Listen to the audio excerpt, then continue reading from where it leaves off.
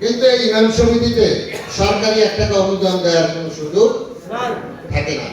সুতরাং আমি অনুরোধ করব ইউনো সাহেবের সাথে আলাপ করে, উপজেলা সমবায় অফিসারের সাথে আলাপ করে ভান্ডারিয়া উপজেলা সমবায়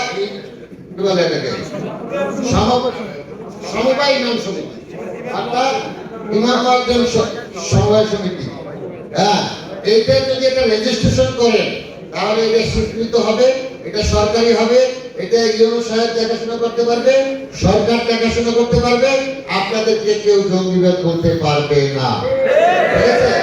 সুতরাং এই রেজিস্ট্রেশনটা আপনারা করবেন এবং তখন আমরা কাবিকা বিভিন্ন ধরনের অর্থনৈতিক বরাদ্দ আপনাদের এই সমিতিতে আমরা দিতে পারবো।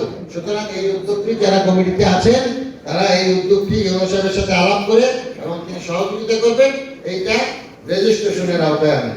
সকলকে ধন্যবাদ। আসসালামু আলাইকুম।